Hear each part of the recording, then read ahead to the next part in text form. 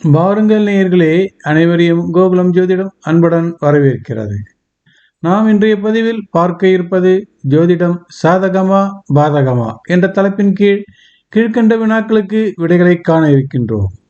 ஜோதிடம் உண்மையா என்பதில் பலருக்கு சந்தேகம். ஜோதிடம் பற்றிய தவறான கண்ணோட்டமானது ஏன், எதனால்? ஜோதிடம் பற்றி சில கருத்துக்களை பரிமாறிக்கொள்வோம். ஜோதிடம் நம்பினால் சாதகம், நம்பாதவர்களுக்கு பாதகம். ஜோதிடத்தினை எல்லோரும் விஞ்ஞானமாக பார்ப்பதும் இல்லை, பார்க்க விரும்புவதும் இல்லை. ஆன்மீகம் ஒரு வரப்பிரசாதம். எங்கெல்லாம் பலவீனம் காணப்படுகிறதோ அங்கெல்லாம் ஆன்மீகத்தை பயன்படுத்துவது வழக்கமாகி போனது. சில உண்மைகளை ஏற்றுக்கொள்ளவும் கசக்கத்தான் செய்கிறது. அப்படித்தான் ஜோதிடத்தினோடு ஆன்மீகத்தினை இணைத்து விட்டார்கள். சிலர் ஆன்மீகத்தினை துணை கொண்டு பயம் காட்டி பரிகாரங்களை செய்ய வைக்கிறார்கள். எது உண்மை? ஜோதிடத்தில் பலன்களை 7 கிரகங்களை வைத்துத்தான் பலன்களை சொல்கிறோம். சூரியனை மையமாக வைத்துதான் 7 கிரகங்களும் சுற்றி வருகின்றன. சூரியன் பூமியினை சுற்றி வருவதில்லை, ஆனால் பூமி சூரியனை சுற்றி வருவதுதான் உண்மையான செய்தி. ஒவ்வொரு கிரகமும் சூரியனை சுற்றி வருவதில் கால அளவானது வித்தியாசப்படும். ஜோதிடத்தில் பூமியே மிக முக்கியமான பங்களிப்பினை தருகிறது. பூமியின் பலன்களை சூரியன் என்று கணக்கிட்டு பலன்கள் சொல்லப்படுகிறது. பூமியில் ஒருவர் பிறப்பதும் வாழ்வதும் கிரகங்களின் அதிர்வலைகளை கொண்டுத்தான் என்பதில் சந்தேகமில்லை.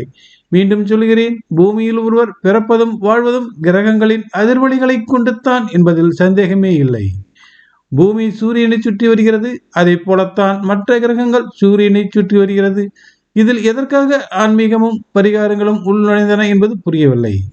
தெளிவாக சொல்ல போனால், ஒருவர் பிறக்கும் பொழுது அவர் பிறந்த பூமியிலிருந்து ஒரு நேர்கோட்டினை அனைத்து கிரகங்களுக்கும் தொடர்பினை ஏற்படுத்தினால் வரும் கிரக அமைவிடங்களே ஜாதகமாகிறது.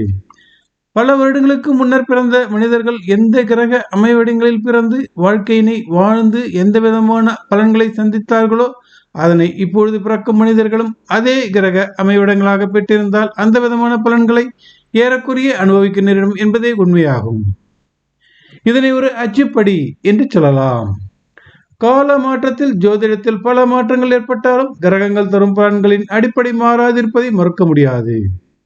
பூமிக்கு தொலைவில் சூரியனை சுற்றி வரும் கிரகங்கள் பூமியில் வசிக்கும் மனிதர்களை அதிகம் தாக்கத்தினை ஏற்படுத்தாது. ஆனால் பூமிக்கு வெகு தொலைவில் சூரியனை சுற்றி வரும் கிரகங்களான சனி, குரு அதிக அளவில் நன்மைகள் அல்லது தீமைகள் செய்வது எப்படி? குரு அல்லது சனி கிரகங்களின் சுழற்சியில் ஏற்படும் அதிர்வலைகள் மற்ற கிரகங்களின் மீது பட்டும் எதிர்வேகத்தில் பயணித்து பூமியினை வந்தடைகிறது. அதற்கேற்ப பூமியில் மனிதர்களிடம் ஒரு குரு, சனி ஆகிய கிரகங்கள் தாக்கத்தினை ஏற்படுத்துகிறது என்பதை நம்பித்தான் ஆக வேண்டும். குருவின் சுழற்சி வேகத்தில் ஏற்படும் அதிர்வலைகளை எளிதாக பெற்று திரும்பி பூமிக்கு அனுப்புவதில் செவ்வாய் தனது ஒத்துழைப்பினை எளிதாக கொடுக்கிறது. சனியின் சுழற்சி வேகத்தில் ஏற்படும் அதிர்வலைகளை எளிதாக பெற்று திரும்ப பூமிக்கு அனுப்புவதில் சுக்கிரன் ஒத்துழைப்பினை எளிதாக கொடுக்கிறது.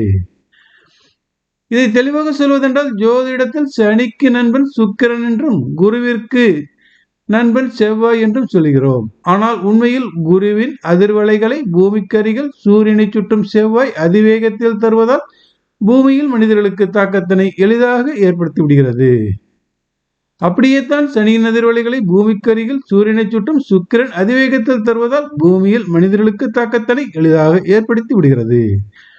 அப்படி என்றால் நவகிரக கோவில்கள் ஏன், எதற்காக அங்கு மக்கள் போகிறார்கள்? அதனால் நன்மைகள் உண்டா?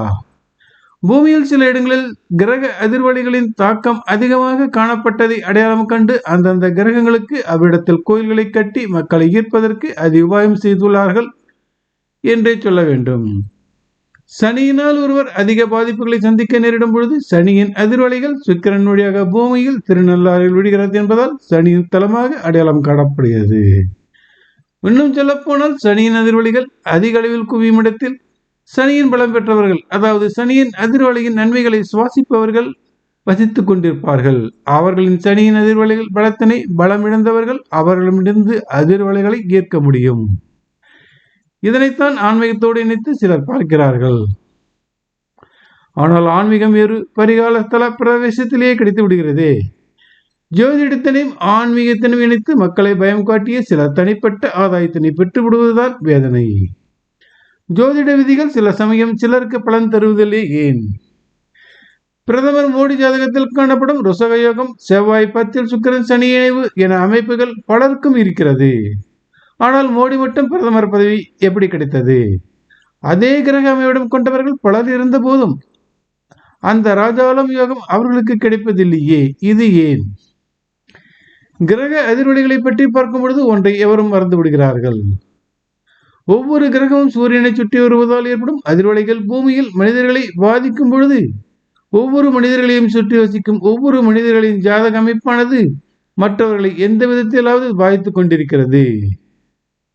நம்மை சுற்றி இருப்பவர்கள் சனியின் அதிர்வலியினை அதிகம் ஈர்க்கும் குணம் கொண்டவராக இருந்து சனி பலம் கொண்டவராக இருப்பார். நம்ம பலருக்கு சனியின் பாதிப்புகள் அல்லது சனியின் தாக்கம் கெடுதல் செய்யும் நிலை இருந்தால், சனியின் ஈர்ப்பு குணம் பலம் கொண்டவராக அருகில் இருந்தால் இவருக்கு கெடுதல்கள் விலக செய்யும். இவர்கள் திருநள்ளாறு தேடி சென்று போக வேண்டியதில்லை. இதற்கு மாறாக சனியின் பலவீனப்படுத்தும் லக்னக்காரர்கள் அருகில் இருந்தால் அவர்களுக்கு சோதனை மேல் சோதனைகள் இன்னும் கூடும், சனியின் தாக்கம் இன்னும் அதிகரிக்கும். ஒருவர் பிரபலமாவதற்கு அவருடைய ஜாதக அமைப்பு காரணமாக இருந்தாலும் அவரை சுற்றி இருப்பவர்களின் ஜாதக அமைப்பும் கிரகங்களின் அதிர்வலைகளும் ஒத்துழைப்பும் ஒரு காரணமாக அமைந்திருப்பதை மறுக்க முடியாது. அதனால்தான் மோடி போன்ற புகழ்பெற்ற மனிதர்கள் தங்கள் ஜாதகங்களின் கிரகங்களோடு ஒத்துழைக்கும் அருகில் இருப்பவர்கள் ஜாதக கிரகங்களின் பலத்தின் அடிப்படையில் கிடைக்கும் உதவியினாலும் முன்னேற்றம் காண்கிறார்கள். நன்றி, வணக்கம். மீண்டும் பிறிதொரு பதிவில் சந்திப்போம் நேயர்களே.